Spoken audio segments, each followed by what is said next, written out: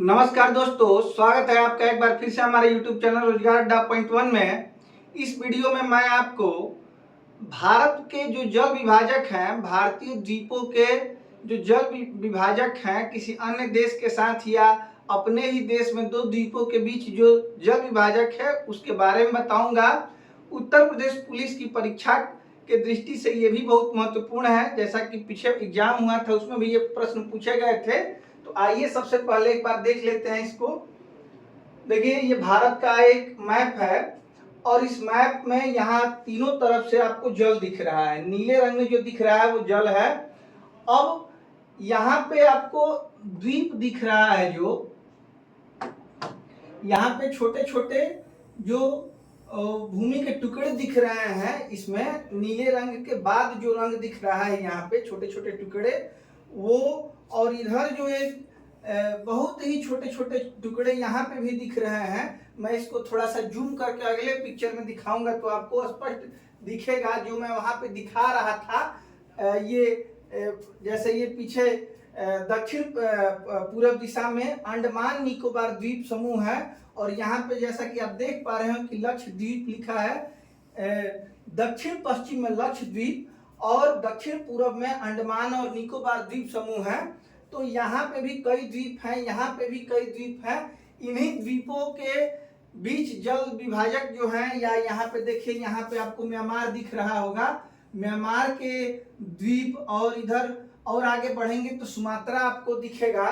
तो सुमात्रा और अंडमान के बीच में जो द्वीप है, जो जल विभाजक है, उसके बारे में मैं बताऊंगा। सबसे पहले आप लोग एक बार यहाँ देख लीजिए कि यहाँ पे जो द्वीप है उसे अंडमान एवं निकोबार के नाम से जाना जाता है।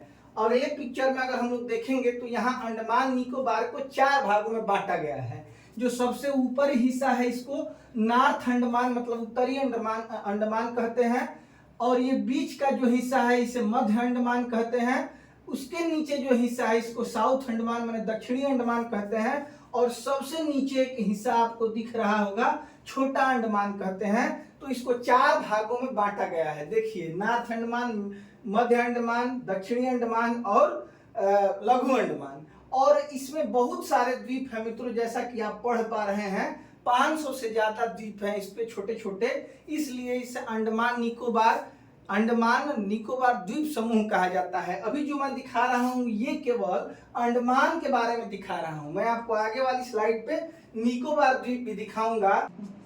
तो चलिए, अंडमान जैसा कि आप लोग देख चुके हैं कि ये उत्तरी अंडमान, मध्य अंडमान, दक्षिणी अंडमान और ये छोटा निकोबार है। इसमें आपको केवल अंडमान के बारे में मैंने दिखाया।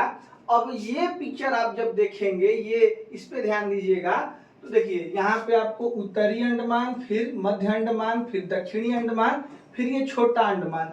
अब इसके नीचे आएंगे तो देखिए यहाँ पे जो दिख रहा है ये निकोबार द्वीप समूह है। ठीक है, तो अंडमान को 4 हिस्सों में बांटा गया है, उत्तरी अंडमान, मध्य अंडमान, लघु अंडमान, दक्षिणी अंडमान और लघु अंडमान, 4 हिस्से। और इसके दक्षिण दिशा में देखिए कार निकोबार।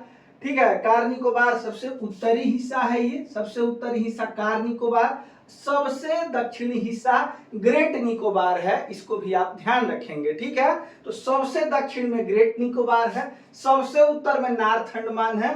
500 से ज्यादा द्वीप यहाँ पे है, इसलिए इसको अंडमान निकोबार द्वीप समूह कहा जाता है। ठीक है, ये कहाँ है तो भारत के नक्शे में अगर आप देखेंगे तो यहाँ दक्षिण पूर्व क्षेत्र में ये है, और इसकी सीमा अगर किसी देश से लग रही है तो उस देश का नाम क्या होगा, म्यांमार द्वीप होगा। आपको ये ध्यान रखना चाहिए। ठीक है, इधर लक्षद्वीप है, इसके बारे में भी मैं आपको बताता चलूं। देखिए, लक्षद्वीप के बारे में देखेंगे तो सबसे दक्षिण में मिनिकॉय है। पहले तो ये जानिए कि लक्षद्वीप कहाँ है, तो ये भारत के दक्षिण पश्चिम क्षेत्र में स्थित है।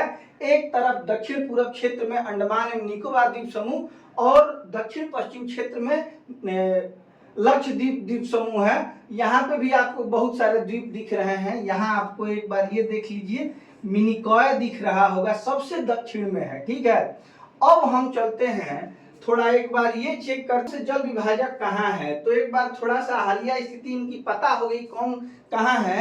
अब इसको देखिए, 8 डिग्री चैनल ये जल विभाजक का नाम है, किनके बीच में है तो ये मालदीव, मालदीव एक देश है जो दक्षिण दिशा में है, और सबसे लास्ट में लक्षद्वीप में कौन सा द्वीप है, तो मिनिकॉय है। तो मिनिकॉय सबसे दक्षिण में है, और दक्षिण के दक्षिण में, इसके दक्षिण में भी मालदीव है। ये दोनों आपस में जुड़ते हैं किस चैनल से, 8 डिग्री चैनल से। अगर आपको मैं इसका ट्रिक बताऊं तो बताऊंगा कि मामियां कितनी है मेरी, मामी मामी मामी याद रहेगी, माँ और यहाँ मी, मामी कितनी है मेरी, तो 8 मामियां हैं। कितनी मामियां हैं, 8 मामियां हैं। आपको याद रखना है, आज से कोई पूछे कि अभी कितनी मामियां हैं तो आप बताएंगे कि 8 मामियां हैं।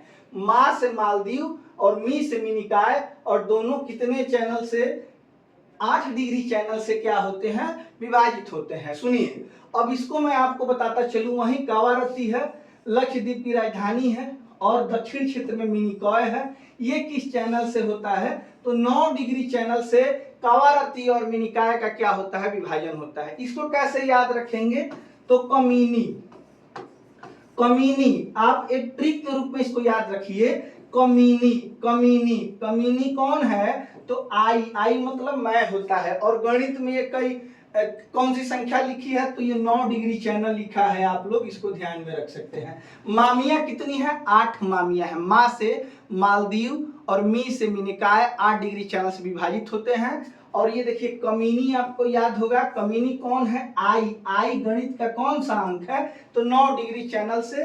कावारत्ती, क से कावारत्ती और मिनी से मिनिकॉय, कमीनी आपको याद रखना है 9 डिग्री चैनल।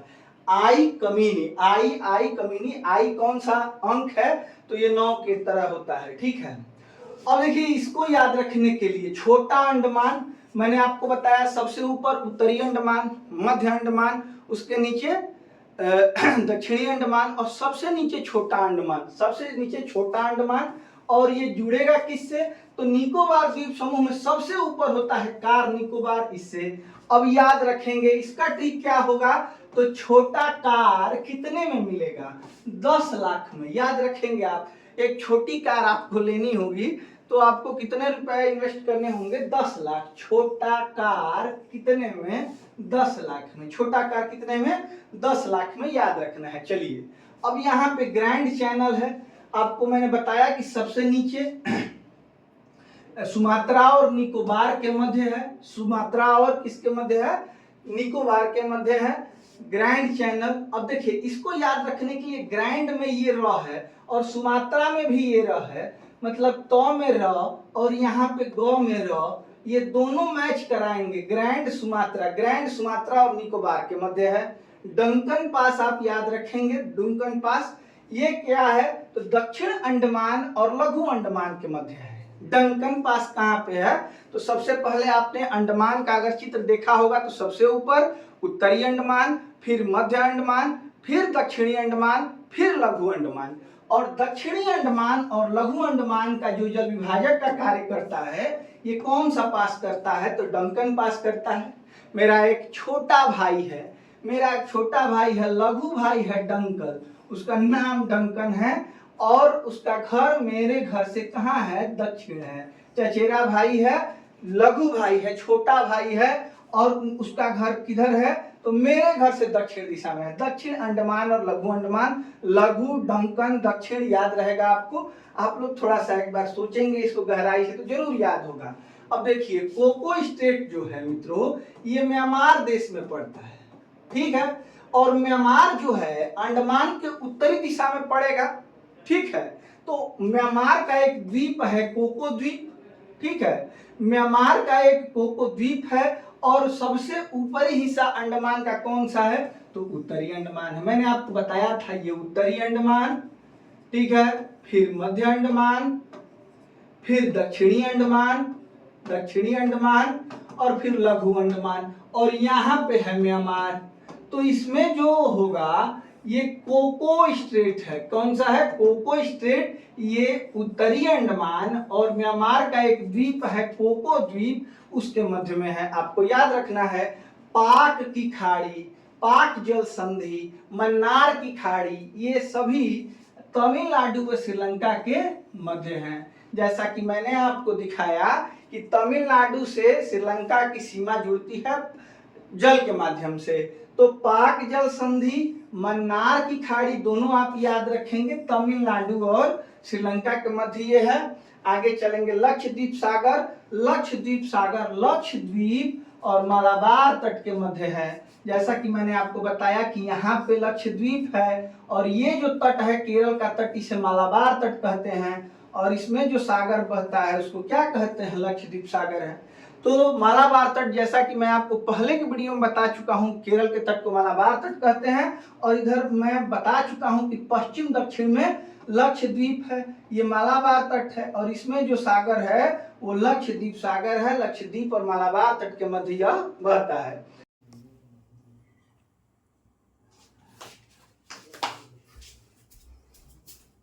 चलिए इसको देखते हैं, इंटरनेशनल जो ये डिवाइडर है उसको। सू नहर के बारे में, सू नहर जो है सुपीरियर झील व ह्यूरॉन झील के बीच है।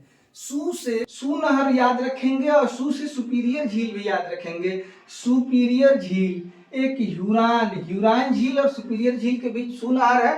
कील क्या होती है, देखिए ये एक बाल्टी है मान लीजिए, तो बाल्टी में ये एक कील लगी होती है, ये क्या है, तो ये कील है, ऊपर कील है और कील उत्तर, ऊपर क्या होता है चित्र में, ऊपर उत्तर दिशा है, उत्तरी सागर और ये क्या है, तो ये एक बाल्टी है, तो ये बाल्टिक सागर। उत्तरी सागर और बाल्टिक सागर के बीच कौन सी नहर है, कील नहर है। ये क्या है मित्रों, तो ये कील है, आप याद रखेंगे।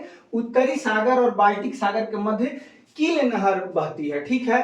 स्वेज नहर बहुत इंपॉर्टेंट है, ये परीक्षा की दृष्टि से आप लोग उम्मीद करता हूं कि जरूर याद करेंगे। स्वेज नहर आपको याद रखना है लाल सागर और भूमध्य सागर के, ठीक है। स्वेज लाभ के लिए बनी है, लाभ आपको याद रखना है, लाभ, लाल सागर भूमध्य सागर स्वेज नहर।